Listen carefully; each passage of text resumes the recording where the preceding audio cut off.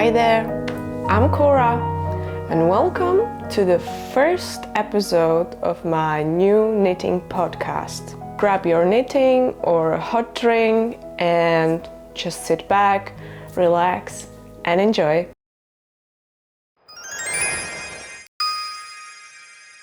In the first episode, I would like to introduce my knitting plans for this year, and I hope I'm not too late to the party because it's already February, but I think you just can never have too much inspiration, right?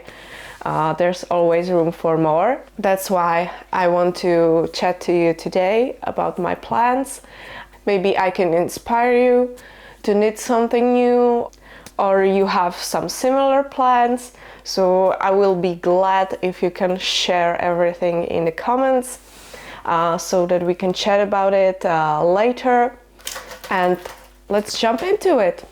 If you've seen my previous video where I summed up all my knits from 2024, you would see that last year was kind of knitting for others year because I only knitted first two sweaters like ever for me, and I'm not really wearing any of them because there's just some slight things that I would like to change about them. So maybe I can get to it this year and just fix those bits so that I can wear them. But the other knits were Christmas presents for my loved ones. And I didn't really have the room for anything else. So this year will be more selfish, where I would like to actually knit some garments that I like to wear for myself. And that brings me to the specific patterns that I've been eyeing for a long time, and I'm really sure I will be knitting them throughout the year. So the first one is actually almost finished, and it's the Jenny jacket, which is this nice structured knit. This is the version that is knitted bottom up, which is a first time for me. I've always knitted only top down. In this pretty smock pattern, which is really easy. It's just basically 2x2 rib where you smock together some stitches. And this project is really testing my patience and skills. And if you want to see more, the next video that's coming should be the Jenny jacket project vlog, where you will see all the obstacles that I basically created for myself for no reason. Most of the time I felt like my brain just left the body knitting this one, and I really wish this is already finished. Because I'm a little afraid that it won't turn out as I imagined, and that's definitely not the pattern's fault. I probably, for the imagination that I had in my head, I probably chose the wrong pattern, but I still think it might turn out to be a cute knit. So fingers crossed, and stay tuned for the project vlog. The next pattern that I have on my wish list for a long time is the Barbroe Blouse. And I've seen the project vlog from Flaminia, Knitting Flam, and oh my god, it's gorgeous. It's so feminine, and I really love how figure hugging it is, and the lace detail is just so delicate and so pretty. It's also knitted bottom up. It has long sleeves, high neck, And as I already mentioned, the beautiful lace detail, and I also love the detail on the neck with the buttons. It's knitted with 3mm needles, so I guess it will be a bit time consuming and more intricate. And I'm really interested in the process and curious how it's constructed. But I don't really have even like the color in mind or particular yarn that I would like to use here. So this is still in question, and probably I will pick it up later this year. Maybe it would be a good project throughout the summer, as it's like a lighter garment. We'll see. And the last pattern that I'm already decided to be knitting this year is the Tanto Sweater by Tanto Sweater. And I fell in love with this pattern ever since she released it at the end of last year. I think it was November. And I really like the structure of this sweater. It's this slight texture that it's not that hard, for example, as the stitch on the Jenny jacket, but it's quite delicate, and it's I think it's modified brioche stitch. This time it's knitted top down, and it has satin sleeves, but if you pick a larger size you can have like a drop shoulder. And I already picked up yarn for this project, and it's this Drops Merino Extra Fine. I don't want the sweater to be too chunky, so I opted for this one. Yeah, I really like this color, and I hope it will look good on me. I actually realized I have nothing blue in my wardrobe that I would be wearing regularly. So not even this sweater. I will be talking about it later. I've never tried the brioche stitch, so this will be again something new for me. And I'm also planning to film a project vlog for this pattern, and probably this will be my next cast on after the Jenny jacket is finished. Next section is about some kind of challenges and experiments that I have in mind for this year.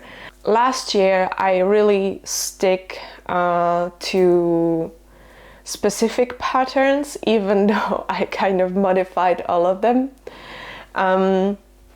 But I was always relying on a pattern from somebody else.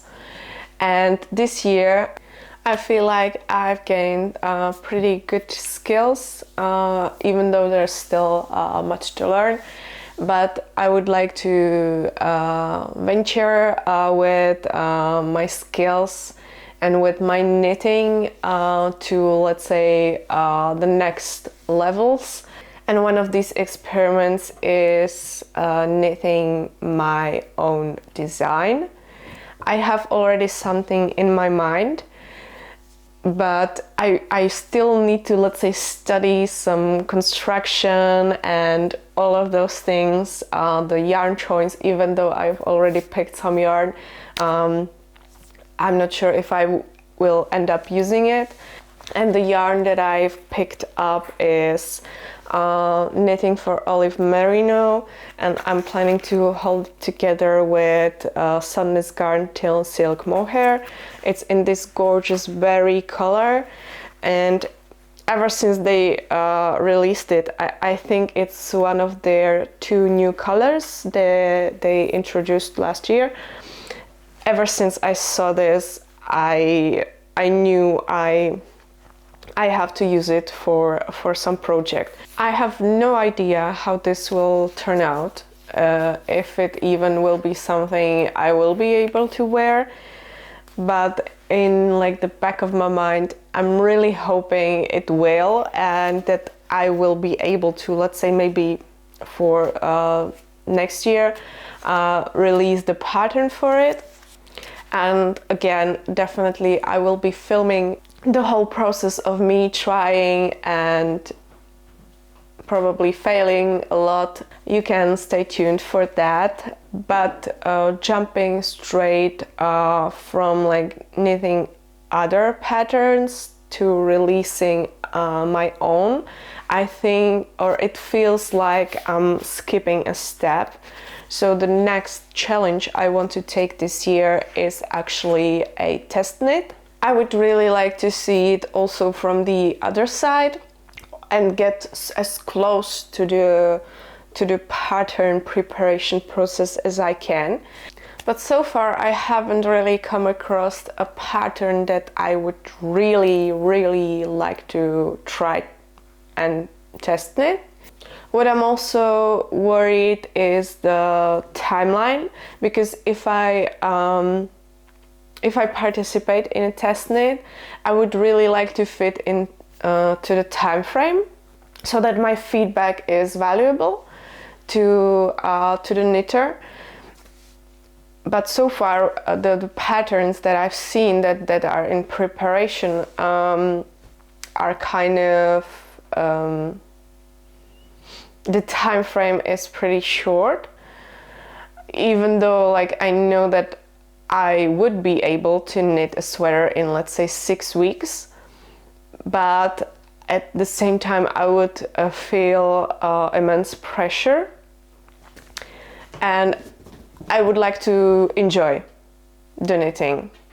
Like generally, knitting is a thing that I'm doing for fun. It's my hobby and I want to enjoy it. So I don't really want to pressure myself from the time standpoint, even though like for the Christmas presents I've already did that. But yeah, with this experience I know it's not enjoyable at all when you're in a time pressure, and I would like to avoid that.